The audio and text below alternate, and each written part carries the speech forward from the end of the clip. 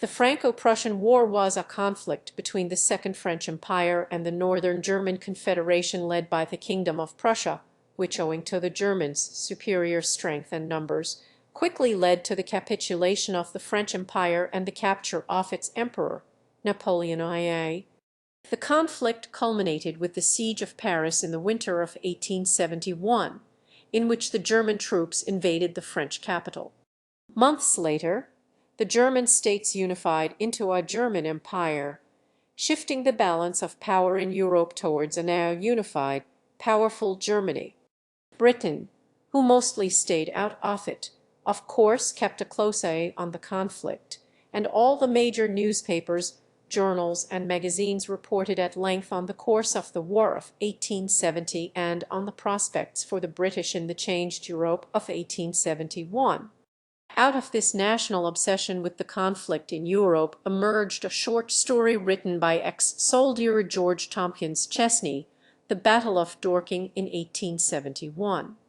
The Battle of Dorking recounts the final days before and during a fictionalized, devastating invasion of Britain by a German-speaking enemy, retold 50 years after the fact by a nameless narrator to his grandchildren, who have grown up in a contested Britain that is now a heavily taxed annex of the enemy. The German-speaking invaders are never named, and are instead referred to obliquely as the other power, or the enemy. Battle of Dorking was not only an overnight national sensation and controversy. Most readers saw the idea that the greatest imperial power in the world could be invaded, let alone could cease to exist, was ludicrous.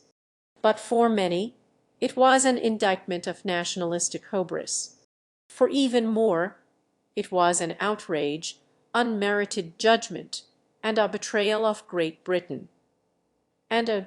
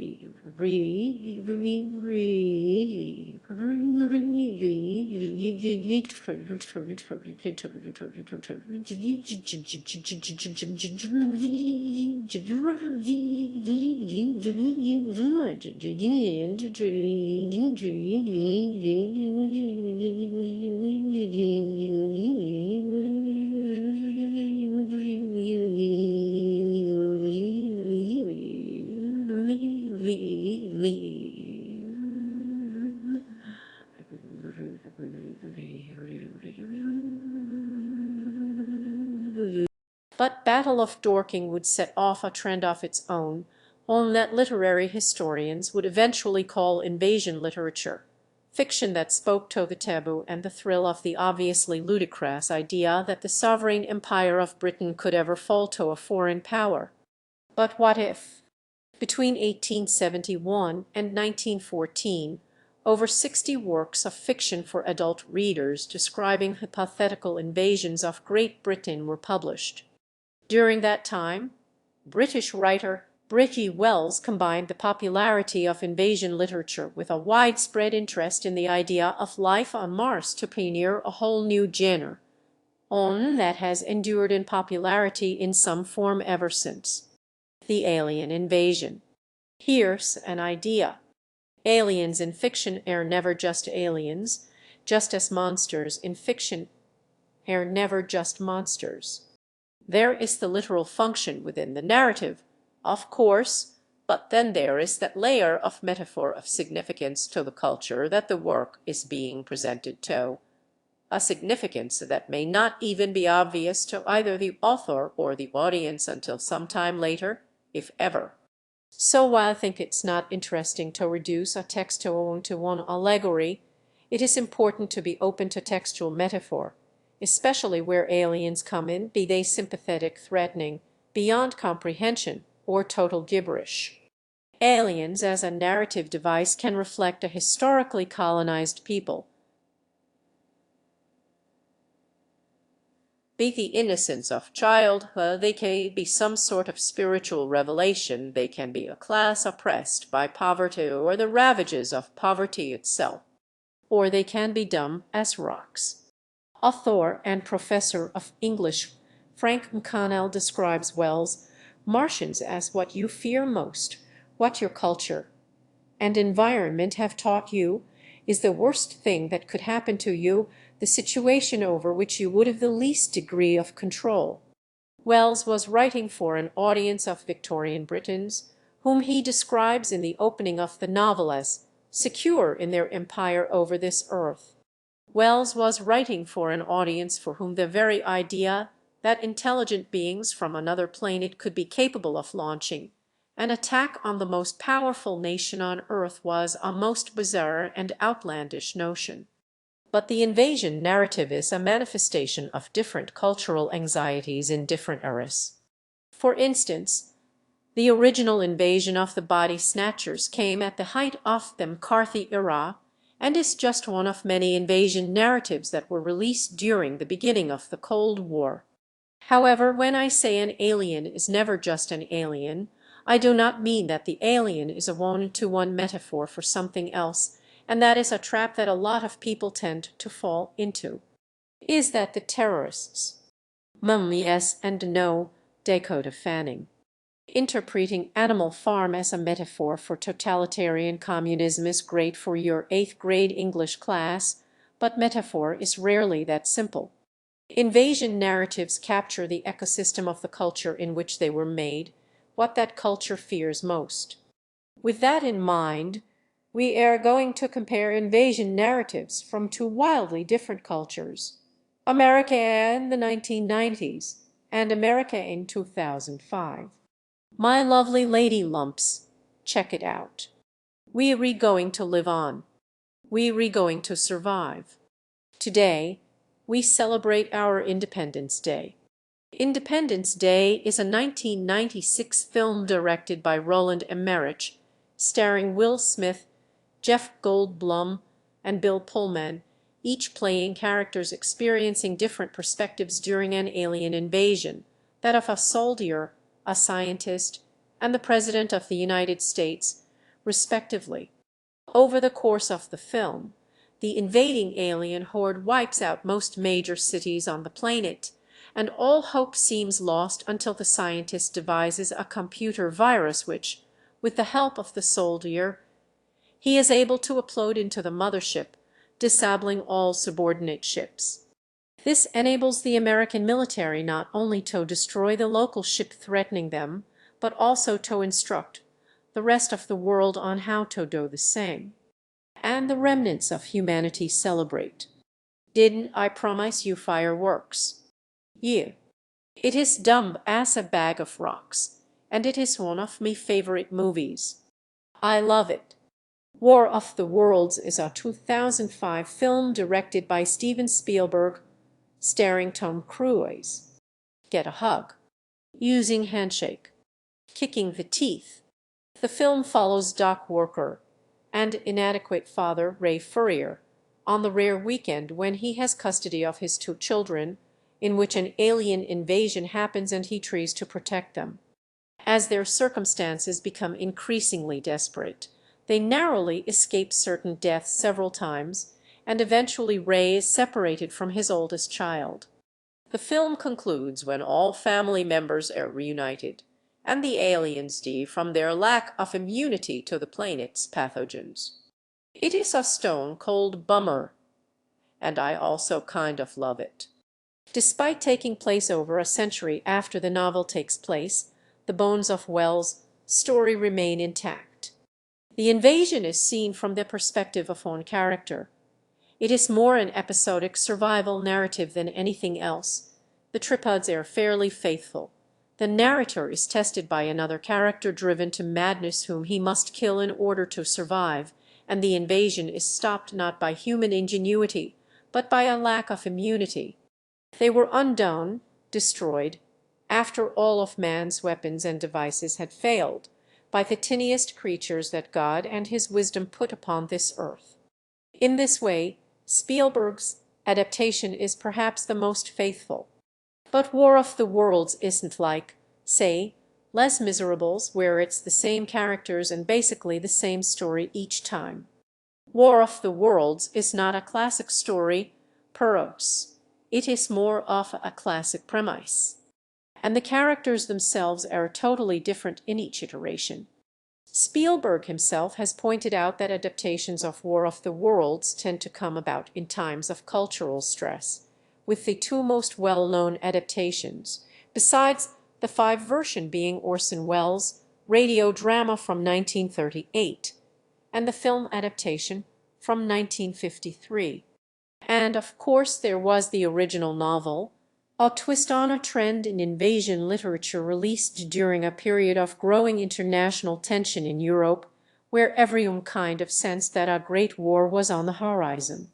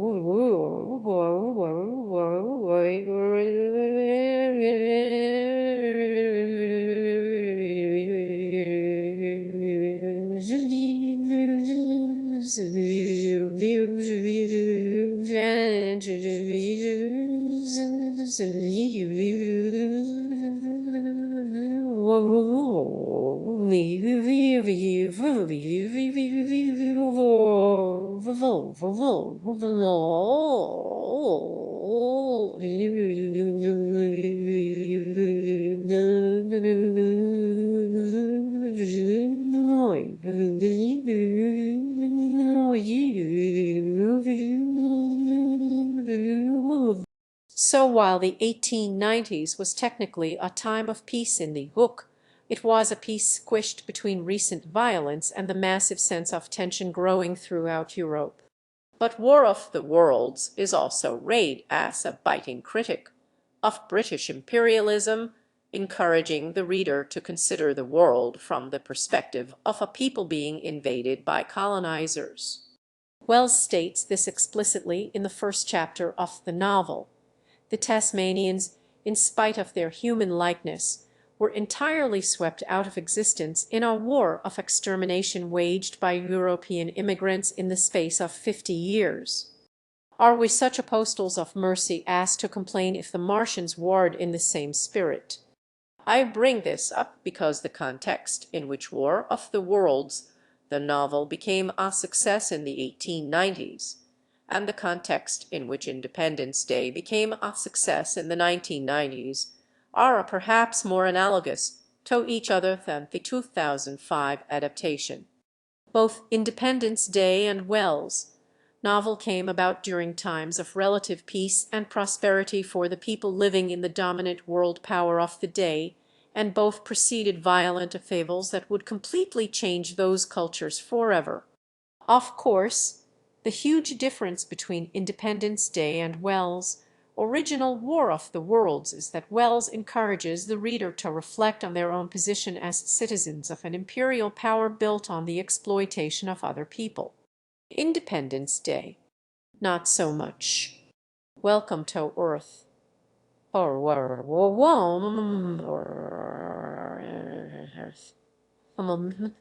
Dumb as rocks. In Independence Day, the aliens less reflect a broad cultural anxiety so much as arrogance.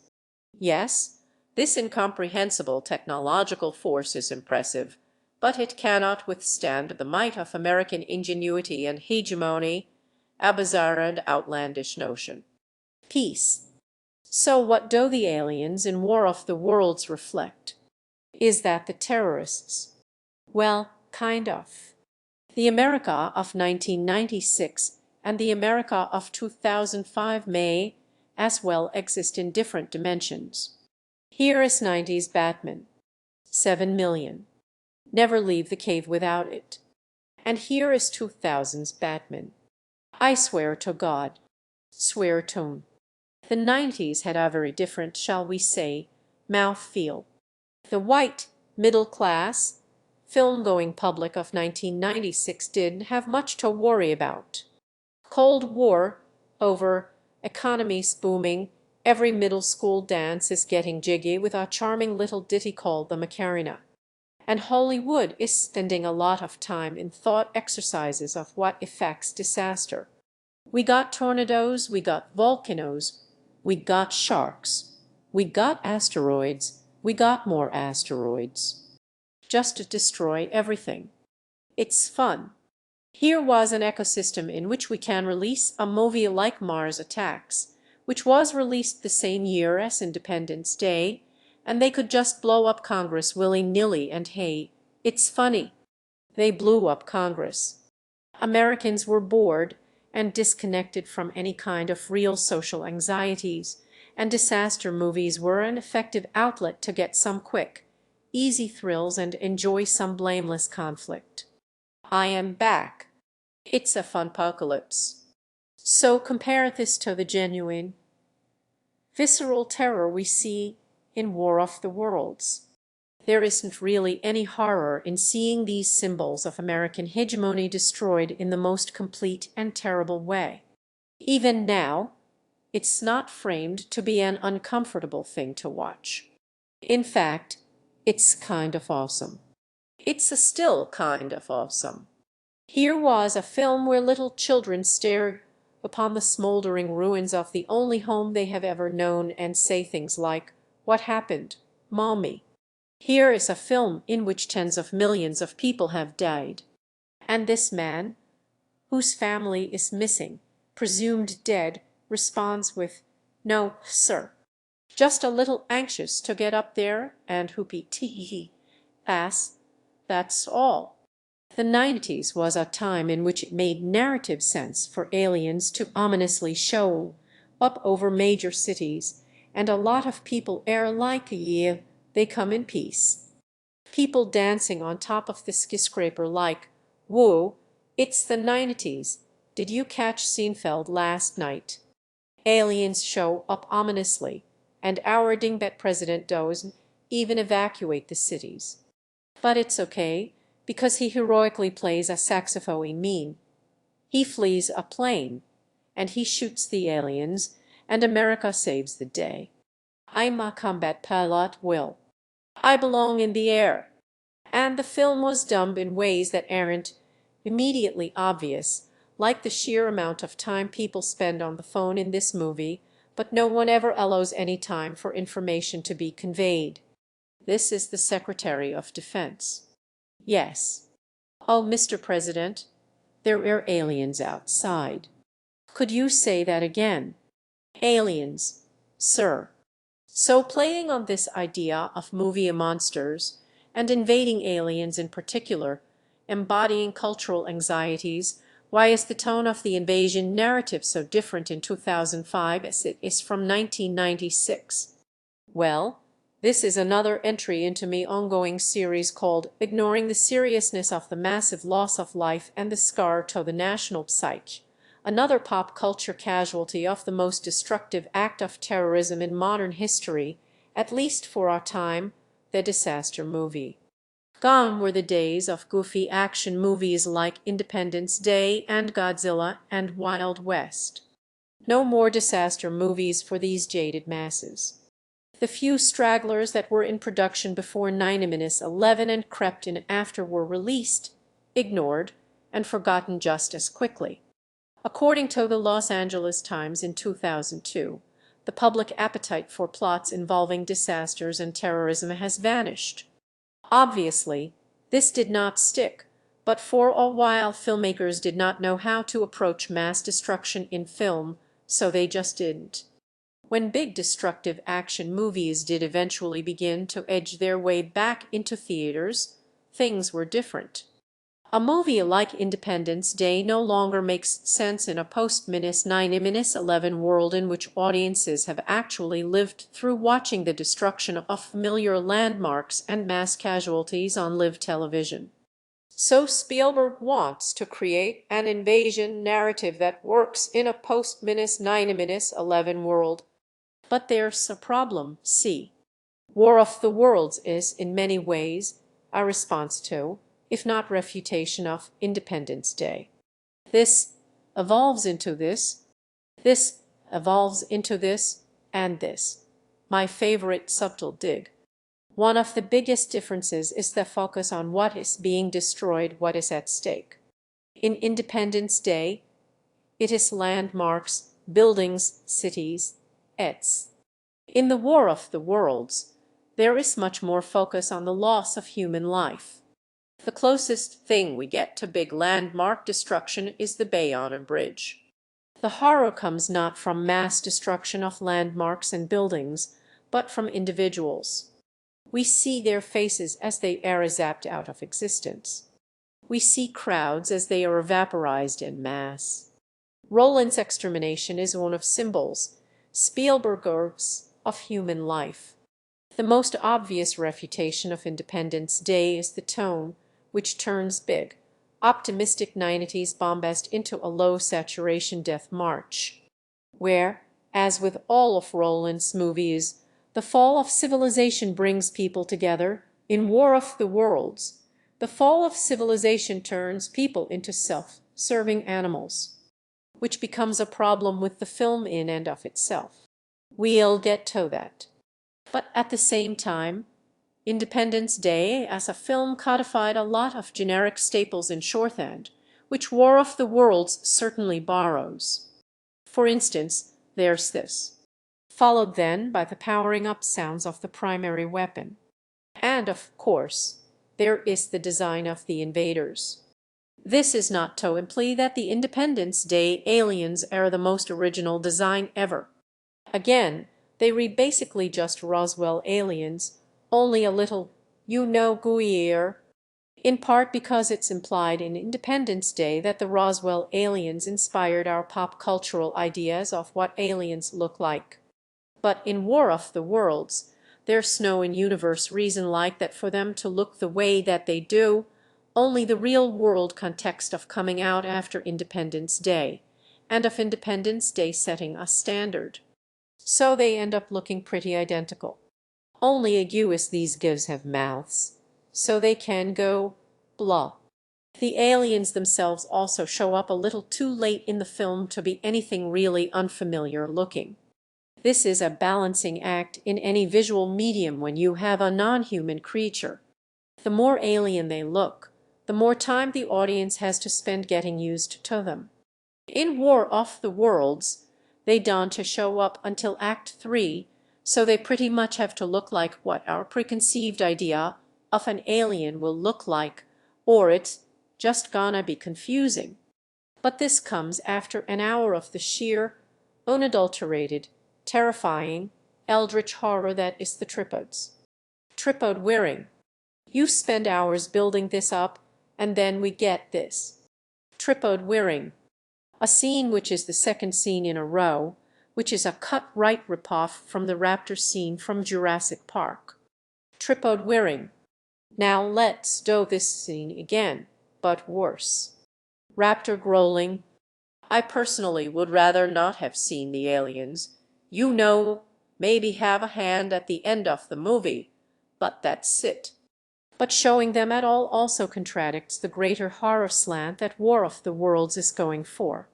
It's going for a more stylistically real invasion, where Independence Day is big and cartoonish from the get-go. Is that glass bulletproof? No, sir. Raptor growling explosion, so seeing these big cute aliens feels incongruently silly. It's like if Schumacher Riddler showed up in a Chris Nolan Batman movie. You re as blind as a bat? Do I look like a cop?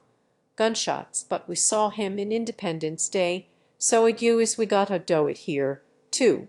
So War of the Worlds already has this problem of existing in the shadow of Independence Day. Now it has to walk this tightrope off that, and also existing in a post-Minus 911 hellscape. Can Spielberg do it? Well, honestly, the answer was yes for the first half of the film. In a time as complicated and shitty as the mid-Bush administration years, check it out. This is not to say that the War of the Worlds aliens are really embodiments of terrorism. Is that the terrorists? Spielberg's intent here is less to say that terrorists are literally invading aliens than to tap into that sense of helplessness and impotent desire for retaliation Americans felt after 9/11. Now we'll be the ones coming up from underground of trying to capture that feeling through genre fiction. Oh me God, there's the misguided impulse to get back at an enemy you don't understand or even know how to fight. We catch up with these soldiers, hook up with whoever else is in debt, and we get back at them. We get back at them. The rage and terror that something could threaten all this power and security that you didn't realize you never even really had. And in terms of sheer imagery, there is a lot in here. Even the very first shot of the film, we swoop in on the backdrop of the place where the World Trade Center used to be. Taking it a step further, there's all this stuff all over you. Well, this image of Tom Cruise covered in gray dust is it's loaded.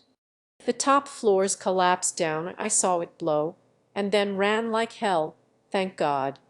As is this scene. As this scene. It's not that aliens equals terrorists. It's a Spielberg's ultimate statement on living in an America that no longer feels secure. We can't just mindlessly enjoy the cinematic destruction of a major city or landmark because we had just gone through this in real life. But none of these things are deal breakers. Obviously, mass destruction of cities makes their way back into the movies eventually, and a dark tone in a monster movie is a totally valid creative decision. With War of the Worlds, I think most people agree that it soars in the second half. People like to complain about the illogic of aliens burying tripods underground, or wouldn't they have known about the common cold, that sort of thing. But if I can forgive that sort of thing in Independence Day, I can definitely forgive it here. No, where War of the Worlds goes wrong is honestly a little simpler than that. One clear example of the problem with the structure of the story is the inconsistent theming. In direct contrast, I would say intentional direct contrast, to Roland's optimism of disaster bringing humanity together, I'm not Jewish. Nobody's perfect.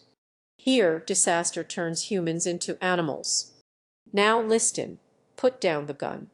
I'm taking the car. Throughout the film, we see the increasing intensity of this theme. Ray must protect his children from other humans as much as he does from the aliens. And before we get to the end, he must kill another man to protect his daughter.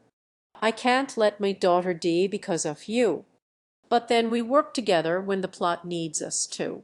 Suddenly at the end of the movie, with no change in circumstance, humans aren't barbarous animals, and suddenly it's teamwork. Everybody down.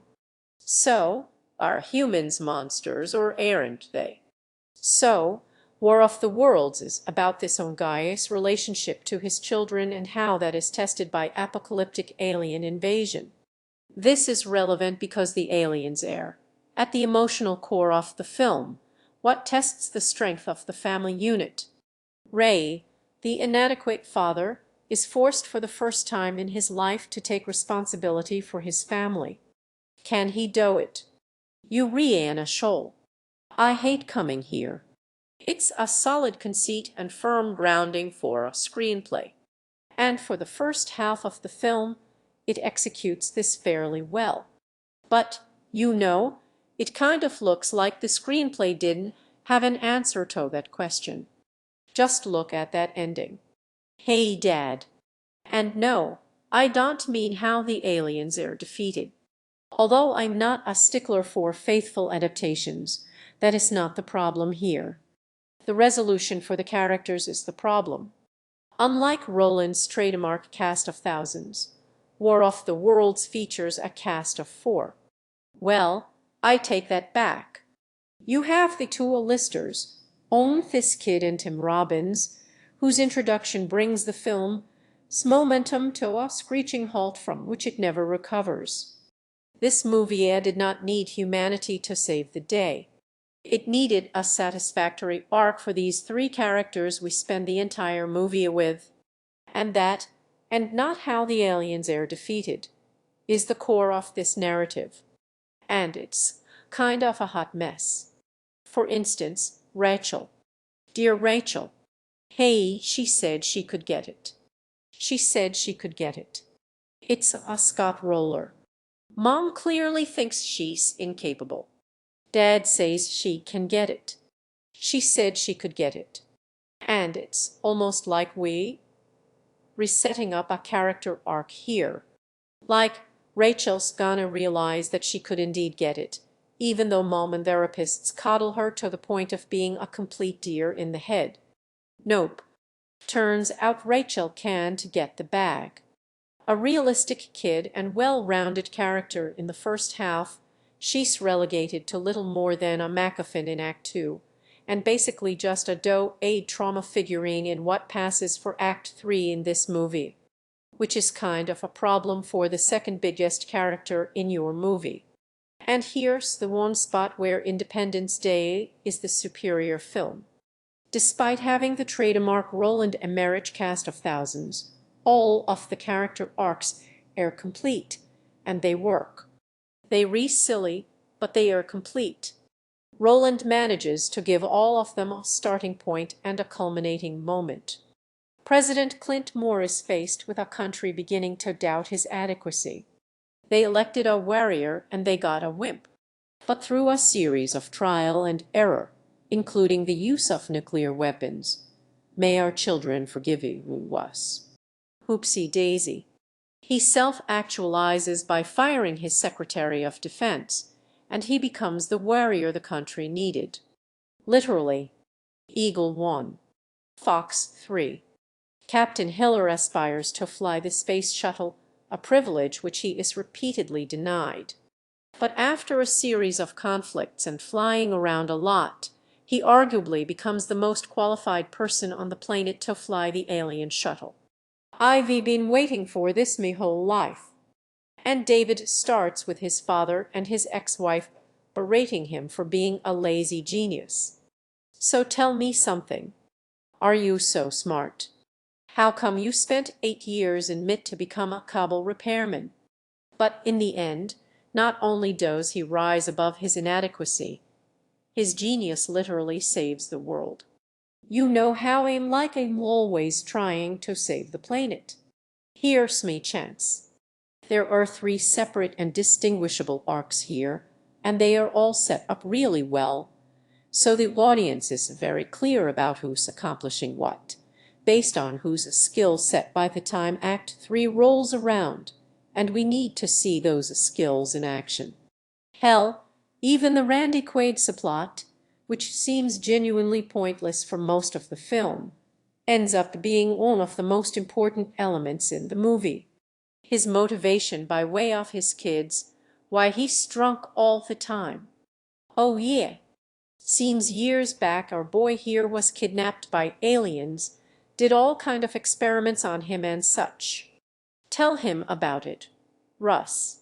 His skill as a pilot. All off it. You know, we see for a reason.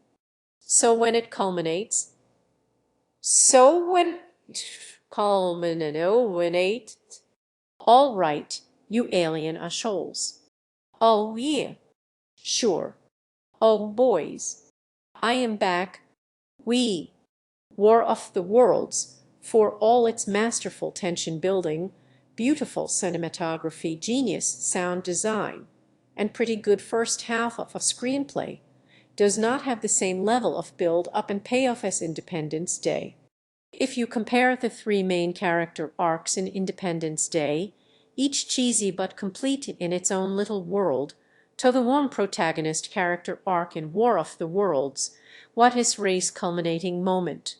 He is set up as an inadequate father, a blue-collar kind of guy, who does not know how to take care of his children and only endures his custody weekends out of obligation. And when the aliens invade, he is forced into a situation where he must care for his children, all the while said children, a teenage boy on the verge of manhood, and a confused neurotic preteen, are actually acting their age. Rachel. Shut up, Rachel. I can't sleep in your house. Look, I'm driving. Ray does not know how to take responsibility for them, but through the situation, he is forced to. And the screenwriters didn't seem to know where to go with that. And this is where the movie falls apart. Robbie is constantly wanting to get out and break free and be a man, but break free from what? You only chose Boston because you hope mom's there, and if she's there, you can dump us on her. Ray's not an overbearing father. He doesn't even give Robbie a slap on the wrist when he steals his car. Ye, Robbie, why I might just smack me own hand. Nor is Robbie given any motivation to find some greater calling in Act 1. He doesn't lose anyone, or see the initial carnage Ray saw, so this. We catch up with these soldiers, hook up with whoever else is in debt, and we get back at them. Is the idiotic macoblathering of a teenage boy who has no idea what he's talking about. So by the time the movie starts to fall apart, Robbie has shown no maturation. And then this happens. Robbie, stay together. Robbie, Robbie, Robbie, no. Robbie, come back. Robbie, no. You re-gonna ruin the movie. Robbie, get back here. What do you think you re-gonna be the Randy Quaid of this movie? This movie doesn't get a Randy Quaid. Robbie, it's not 1996 anymore. Please let me go. You need to let me go. So now Robbie is basically out of the movie, and despite idiotically running into a gigantic fireball, I so oh God, it's the kind of though we knew now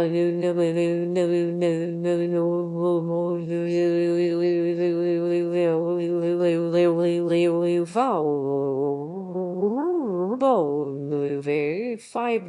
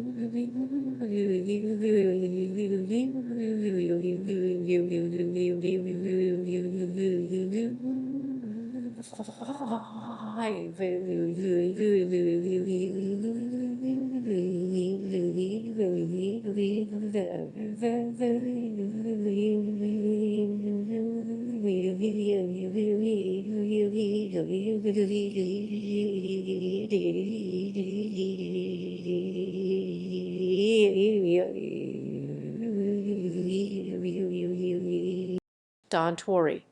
Everyone makes it to Grandma's house in the end. He's fine. He's fine. It's not even that Robbie needed to be in the fireball. It's that he needed a different story arc altogether. If they wanted it to be, Ray realizes Robbie's a man, they should have built it to that. Because Robbie is a complete dipshit. Between these balls, we go back there and find one of those things and kill it. Every action he takes is immature, spiteful, and wrong-headed. Now let's streamline that doesn't involve your 10-year-old sister joining the army. The movie begins with him stealing Ray's car, and he does not mature past this. He never once earns the trust that Ray deigned to give him. There's never a moment where Robbie and Ray learn to respect each other as men. So this, please let me go. You need to let me go. It's like, where the hell did that come from? Let's draw a comparison to one of cinema's most famous you need to let go moments. When Marlin and Dory are trapped in a whale, and Marlin has to make a metaphorical leap of faith, and they're the whale trapped to make well, well, I'll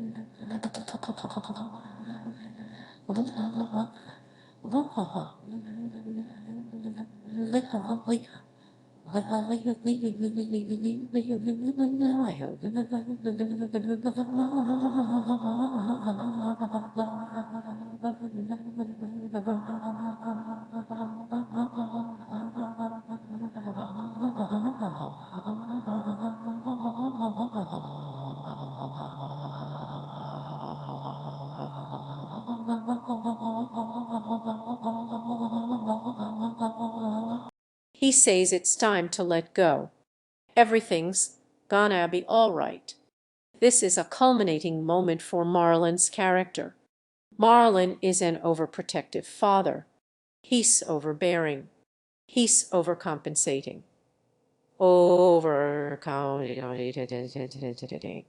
He's neurotic. He has already endured the horrible loss of his wife, which makes the loss of Nemo his greatest fear, and literally the worst thing that could happen to him. How do you know something bad isn't gonna happen? I don't. So Marlin letting go in the face of uncertainty is a signifier of character growth. Ray, on the other hand, he's a bad father. He makes no room in his life for his children. He is a poor caretaker, and he takes no interest in their lives.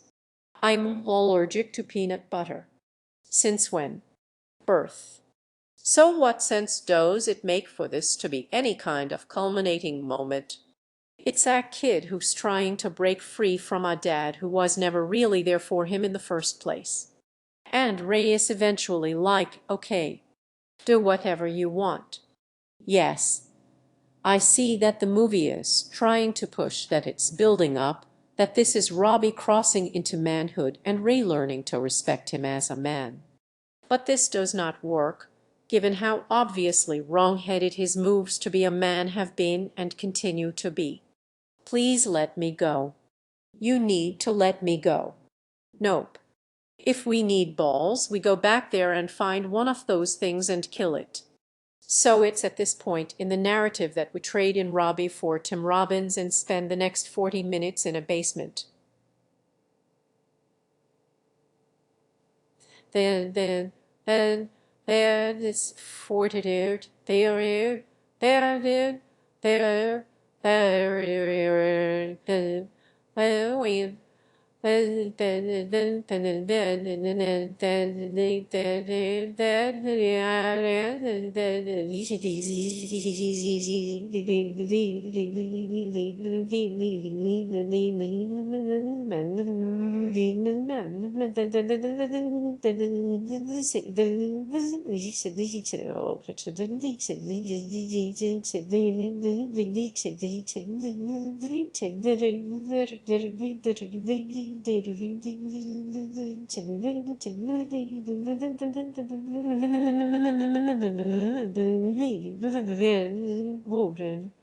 Tim Robbins slides into the role of Robbie in the narrative as the party who wants to fight back. Why did you bring us here? To fight them together, against the wishes of Ray, who is just trying to not die. And it is the worst thing. Now we'll be the ones coming up from underground. Only we have no attachment to Tim Robbins. He is crazy and he's just here now. In the movie. Yeah.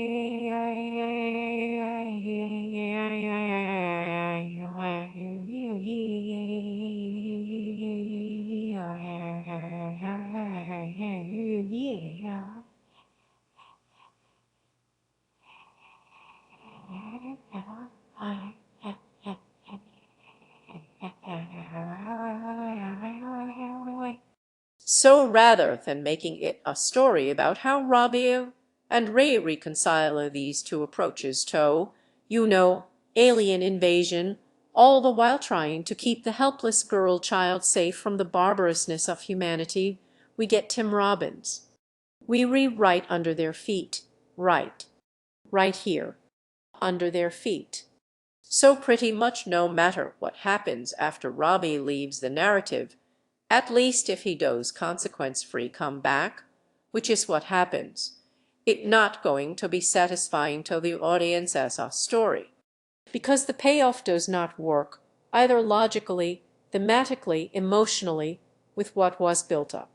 So this isn't the real problem. This is. I'm not saying it would have been better if Robbie never came back into the new well, I mean, kind of would have. It would have shown Ray that his inadequacy actually has a consequence. But rather that Ray steps up and is the goddamn dad for once. And then maybe later when this happens, Robbie plays some integral role and helps Ray out. Like, maybe Robbie is the guy who grabs onto him and pulls him back out instead of this random guy we've never met. And then they all three realize that, yeah, they did need each other, something, and father-son develop a sense of, something, mutual respect, whatever, something that pays off the setup. And it was not a bad setup, but it needed to find some sense of organic resolution, or your audience is gonna be pissed that they spent the last 2 hours with these people, which is more or less what happened. Well.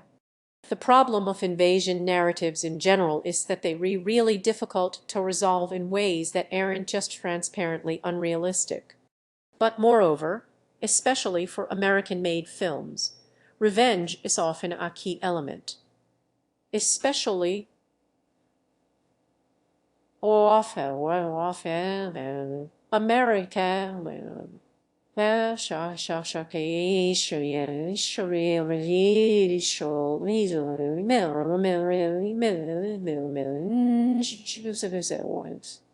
Get off my plane. We want revenge against the invaders, and War of the Worlds 5 didn't to deliver. It just kind of peters out, as does the narrative about Ray and his family. Both the invasion narrative and the character narrative just kind of slops out at the end like adding alien out of a tripod. American audiences in 2005, jacked up on war on terror propaganda and seeking narratives that provide a sense of revenge, were left cold by the film upon release. In the 14 years since, feelings have softened on it to the point that there's a sort of cultural amnesia of how much people hated it at the time, but that it's finally getting a more positive reevaluation, or at least a more nuanced reevaluation, is deserved in my opinion. Except, of course, the resolution. Part of why invasion narratives have fallen out of favor is that they were really hard to resolve with a happy ending. We were okay with a dumb happy ending in 1996, but not in 2005, and not really now either. It will never be 1996 again. You cannot go back to Independence Day. If we can conceive of an other enemy that is capable of defeating us so completely, it's harder to suspend disbelief that there is a way we could fight back and have a happy ending. Now, a completeness in an invasion narrative just does to feel narratively truthful that humanity could survive something so devastating. Something,